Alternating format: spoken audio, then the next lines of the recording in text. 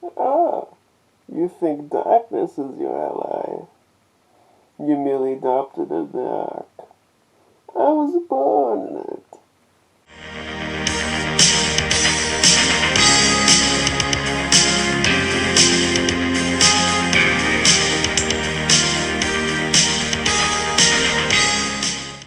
Ladies and gentlemen, welcome to my parents' basement, your parents' basement, our parents' basement, and in case you couldn't guess by that little intro or you didn't read the title, we'll be talking about the Dark Knight Trilogy that I finally picked up on 4K. Well, I've said this before on my channel and I'll say it again. Each episode is broken down into a different thing where we focus on that thing. Sometimes we'll be doing audio commentary for a movie, sometimes we'll just be strictly talking about movies, sometimes we'll be playing games, sometimes we'll be leaving the safety of our home and going out to the store to track down movies. But anyway, today is an episode of what I call Time Travel Reviews, where we dive closer into my collection and talk about some various Blu-rays that I picked up. And like I said, today's will be the 4K Dark Knight Trilogy. So, what are we waiting for? First of all, I know I'm not necessarily new at getting these. These came out in like 2017, and it says right on the front that the digital code expires by the last day of the year in 2018. So by no means do I think I'm caught up, or that these are some new release. The reason I was holding off on them for so long was I had the special edition Dark Knight Trilogy on Blu-ray already that came with 3 extra bonus discs, and I thought this would hold me over. I thought I could hold off just long enough, but once I caught a glimpse of them in the store at Best Buy, I could not stop thinking about them, and I had to get them, and that's where we are now. Owning them on 4K, which I don't know. I should have just got them on 4K, would have saved some money and some time, but the way I work is I try to hold off for as long as possible, and I end up costing myself in the end. But maybe next time at least for the Batman, the first 4 films, I just got the 4K right away and didn't bother. But that's a story for a different time. Let's get the cellophane off these guys. So, you've probably seen everyone else already do this. Open them up, review them. Not just these 4K movies, but as well as the movies themselves.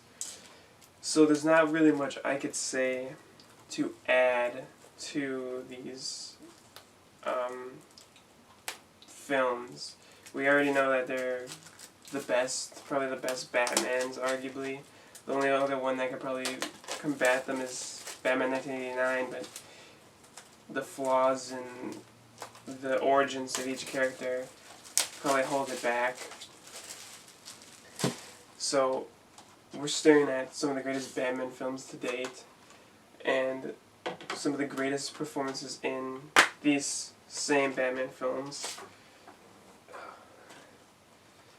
Look at that beautifulness. 3 discs.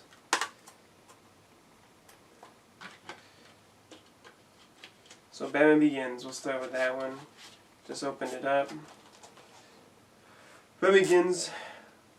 When people talk about their favorite one, they usually say The Dark Knight, and it's not even close for them. For me, it's a lot closer than for others. There's just something about Batman Begins that I like so much. I like how the main villains are villains that had never been in the Batman movie prior to this, Scarecrow and Ra's al Ghul. I like the time that we allow ourselves to see, or that Christopher Nolan allows us to see, rather, of Bruce Wayne becoming Batman.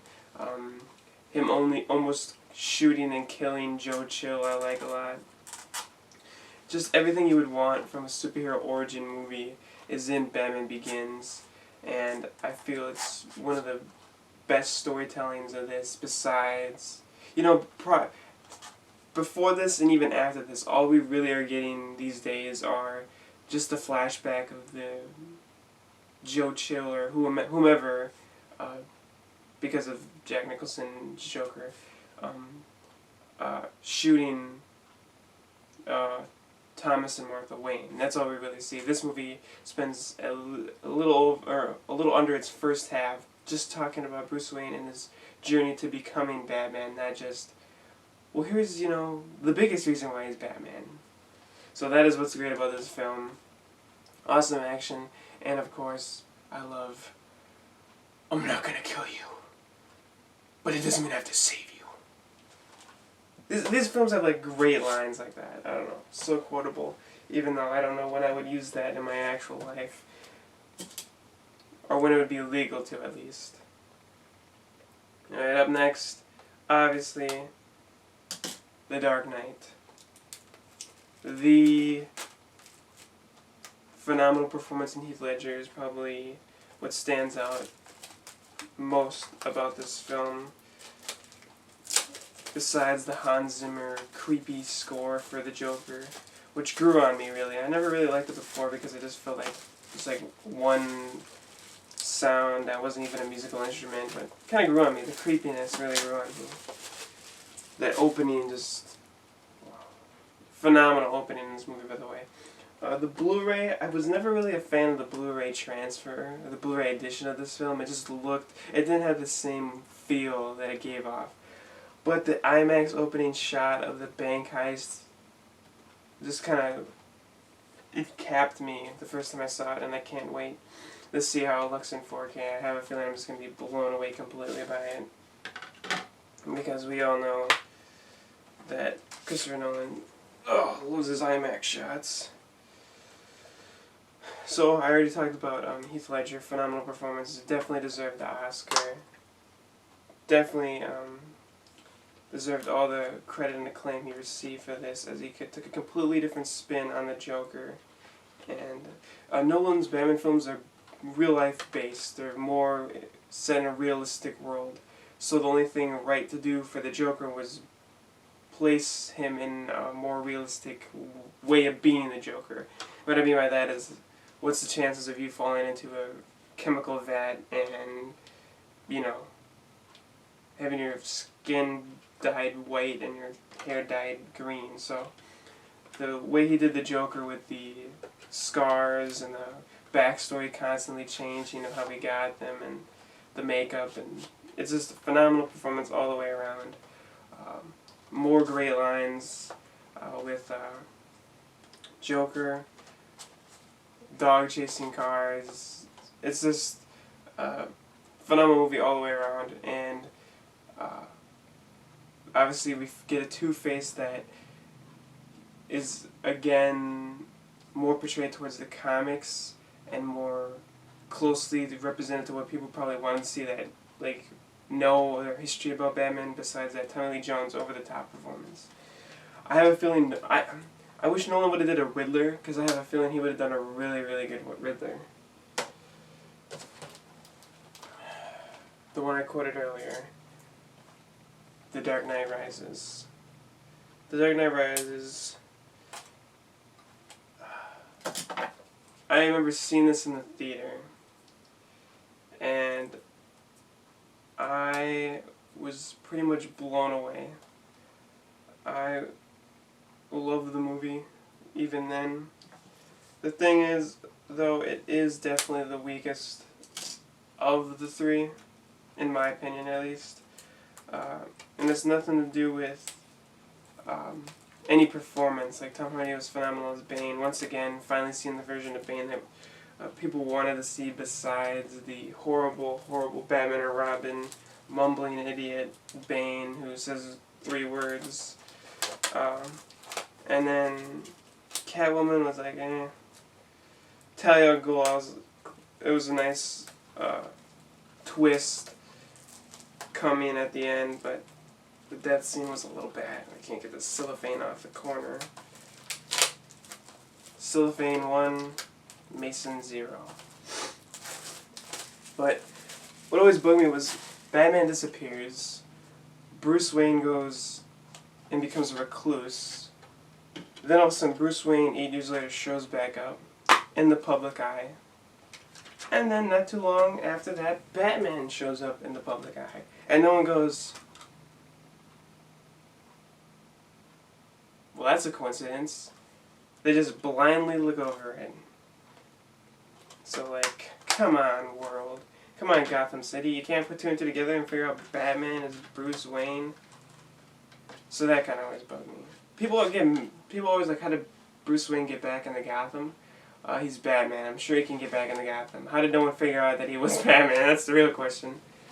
Is all the rest of Gotham that stupid? I mean, the one police chief or whatever he is was gonna stay home when there was a bomb going on, so I guess they're that stupid.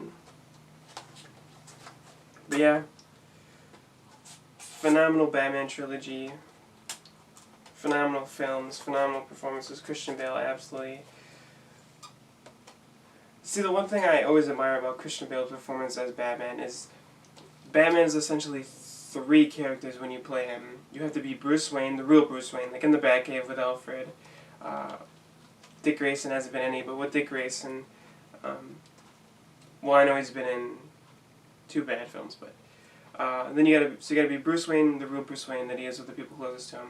You have to be rich snob Bruce Wayne who throws everyone off about him possibly being Batman by actually being like a jerk, and well, you see it in the first one when he throws everyone out of his birthday party, and then you have to be Batman. So Christian Bale by far does it the best. The only one that I would say compares, and who would probably be my favorite Batman, is Kevin Conroy. But I don't know if you want to exclude him because of a non-live action performance, but he is going to be a live action Batman in the CW crossover event. But this is a phenomenal Batman film as well. Mask of the Phantasm. But now we're getting a little bit off trail. Basically what I'm trying to say is Christian Bale nails the Batman performance. Pretty much everyone carries their own weight. Love Liam Neeson as Ra's al Ghul. Heath Ledger, performance to end all performances by the as the Joker. And then Tom Hardy nails it as Bane. Really gets the essence of it. And really enjoy it. So, that's basically my thoughts on the Dark Knight Trilogy, which by no means is singularly held by me. I mean, the only way it'd probably be any different is if I said I didn't like them. But how can you be a fan of Batman and not like these? Because they are, in essence, everything Batman is about, everything Batman should be about. Anyway guys, thanks for watching. That was me cutting the Dark Knight Trilogy on 4K free of that cellophane prison. Like I said earlier, it's a little late. Not a little, very late to finally pick them up. But like I said, I was trying to hold out, and I figured enough time had passed. I grew weak, and in a weak state it took advantage of me. But I don't mind, because it's Batman. Begins, Dark Knight Rises. I mean, I caved on the first 4, which I really only like Batman, so why not? Anyway guys, thanks for watching this episode of Time Travel Reviews, and we'll see you next time in our parents' basement.